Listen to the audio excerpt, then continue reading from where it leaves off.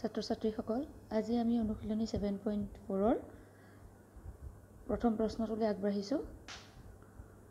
প্ৰথম প্ৰশ্নটো একেবাৰে সহজ, তথাপি মই এটা ভিডিঅ'তে প্ৰমাণটো তোমালোকক কৰি দিম। যেহেতু দুই নম্বৰ প্ৰশ্নটো অকণমান দীঘল, গতিকে সেইটো আমি এইটো ভিডিঅ'ত সামৰি লোৱা নাই। ইয়াৰ পিছৰ ভিডিঅ'ত আমি 2 নম্বৰ কৰিম, লগত আৰু কৰিব পাৰি যদি সৰু সুৰা থাকিলে আমি লগত কৰি দিম। এতিয়া এই প্ৰশ্নটোৰ প্ৰথমতে পঢ়িছোৱাচোন। 7.4 প্ৰথম প্ৰশ্নটো পঢ়িছোৱা।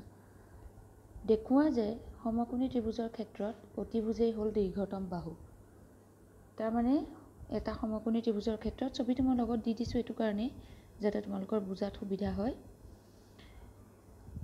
প্ৰশ্নটোত আমাক ছবি দিয়া নাই, গতিকে আমি ছবিটো আঁকিব লাগিব, বিশেষ সূত্ৰ লিখিব লাগিব ছবিত নাম দি। গতিকে প্ৰথমতে চোৱা, সমকোণী ত্ৰিভুজ বুলি কৈছে, আমি এটা সমকোণ আঁকিব লাগিব। আমি আঁকিলোঁ এটা বি কোণ সমকোণ কৰি ABC এটা ত্ৰিভুজ আঁকিলোঁ, সমকোণী ত্ৰিভুজ এটা গঠন কৰিলোঁ।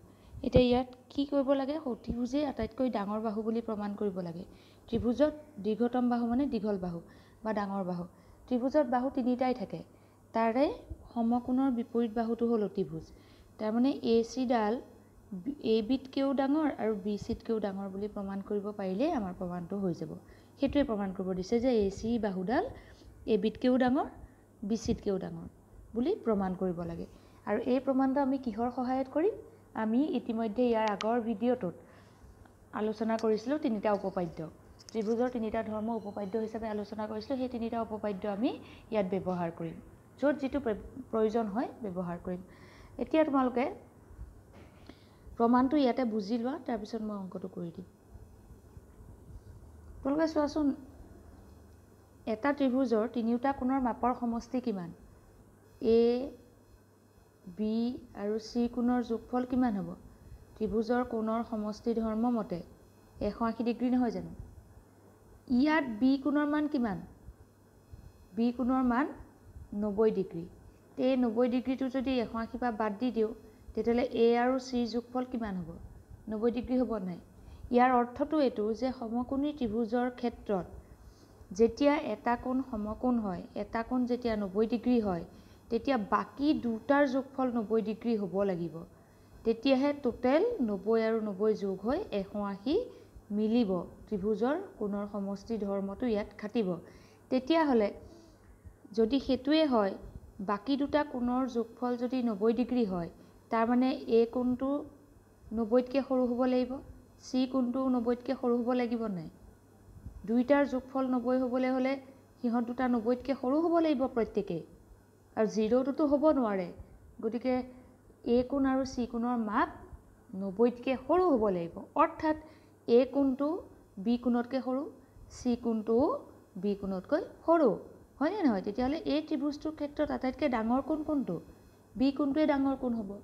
এতিয়া কালি পোৱা উপপাদ্যকেইটাৰ ভিতৰত এটা উপপাদ্য আছিলে, হয়তো ছেকেণ্ড উপপাদ্যটো, যে ত্ৰিভুজৰ ডাঙৰ কোণৰ বিপৰীত বাহু ডাঙৰ। তাৰমানে A কোণতকৈ যদি B কোণ ডাঙৰ, তেতিয়াহ'লে B কোণৰ বিপৰীতে থকা AC বাহুডাল এই সৰু কোণৰ বিপৰীতে থকা BC বাহুডালতকৈ ডাঙৰ হ'ব। তাৰমানে BCতকৈ AC ডাঙৰ হ'ব। একেদৰে B কোণটো যদি C কোণতকৈ ডাঙৰ হয়, তেতিয়া বা C কোণটো যদি B কোণতকৈ সৰু হয়, তেতিয়াহ'লে C কোণৰ বিপৰীত বাহুডাল এই B কোণৰ বিপৰীত বাহুতকৈ সৰু হ'ব। সৰু কোণৰ বিপৰীত কোণ, সৰু কোণৰ বিপৰীত বাহু সৰু, ডাঙৰ কোণৰ বিপৰীত বাহু ডাঙৰ, তাৰমানে ACডাল ABতকৈও ডাঙৰ। গতিকে এই কথাখিনিকে আমি চিজিলকৈ লিখি দিলে আমি ক'ব পাৰোঁ যে ACডাল ABতকৈও ডাঙৰ, BCতকৈও ডাঙৰ, অৰ্থাৎ ACডাল আটাইতকৈ দীঘল। তাৰমানে সমকোণী ত্ৰিভুজৰ অতিভুজেই আটাইতকৈ দীঘল বাহু। হ'বনে? গতিকে এতিয়া আমি প্ৰমাণটোলৈ যাম। এইটো প্ৰমাণ চোৱা, একেবাৰে চুটি অকণমানি প্ৰমাণ। বিশেষ সূত্ৰ, ত্ৰিভুজ ABC সমকোণী ত্ৰিভুজৰ কোণ B 90 ডিগ্ৰী। প্ৰমাণ কৰিব লাগে যে AC ABতকৈও দীঘল আৰু BCতকৈও দীঘল। মানে ACডাল অতিভুজ বা কৰ্ণ, কাৰণ যিহেতু B কোণটো 90 ডিগ্ৰী হ'লে ACডাল অতিভুজ বা কৰ্ণ হ'ব। গতিকে অতিভুজডাল ABতকৈও ডাঙৰ আৰু BCতকৈও ডাঙৰ বুলি প্ৰমাণ কৰিব লাগে।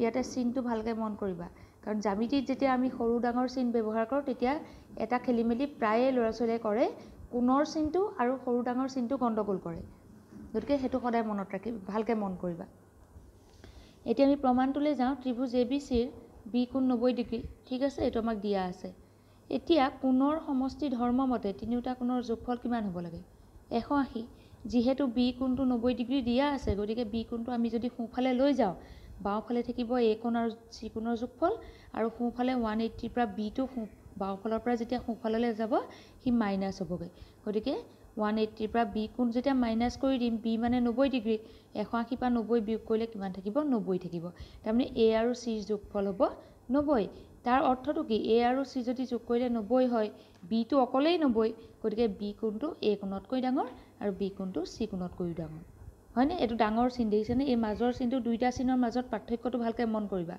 ডাঙৰ সৰু চিন আৰু কোণৰ চিন ডাঙৰ সৰু চিনটোত ওপৰডাল যিমান বেকা থাকে তলৰডালো সিমানেই বেকা থাকে এইটো সৰু চিন আৰু এইটো ডাঙৰ চিন দেখিছেনে সমানে বেকা কিন্তু কোণৰ চিনটোত ওপৰডাল ঠিকেই বেকা হৈ আহে তলৰডাল কিন্তু এনেকৈ সমানকৈ যায় বেকাকৈ নাহে এনেকৈ ওপৰৰ পৰা চিধা আহি এইটো হ'ল কোণৰ চিন আৰু সৰু ডাঙৰ চিনটোত আকৌ এডাল তললৈ যায় গতিকে এই চিনকেইটাত গণ্ডগোল নকৰিবা ইয়াত ভালকৈ এই লাইনটোত ভালকৈ মন কৰিবা ইয়াতে কোণ আৰু সৰু ডাঙৰ চিন ব্যৱহাৰ কৰা হৈছে গতিকে চিনকেইটা ভালকৈ মন কৰিবা লিখোঁতেও তেনেকৈয়ে লিখিবা মাজৰ চিনটো তোমালোকে এনেকৈ পেলাই বা কোণৰ চিনটো এনেকৈ নিদিবা কোণৰ চিন সদায় প্ৰথমটো বেকাকৈ আহে পিছৰটো চিধাকৈ এইটো মই আগতেও কৈছোঁ তোমালোকক গতিকে এইটো হ'ল আমি কি পালোঁ তেতিয়াহ'লে বি কোণ এ কোণতকৈও ডাঙৰ চি কোণতকৈও ডাঙৰ তেতিয়াহ'লে ত্ৰিভুজৰ অসমান কোণৰ ধৰ্ম মতে অসমতাৰ যিখিনি ধৰ্ম পাইছিলোঁ কোণৰ অসমতাৰ যিখিনি ধৰ্ম পাইছিলোঁ যিটো ধৰ্ম সেইটো মতে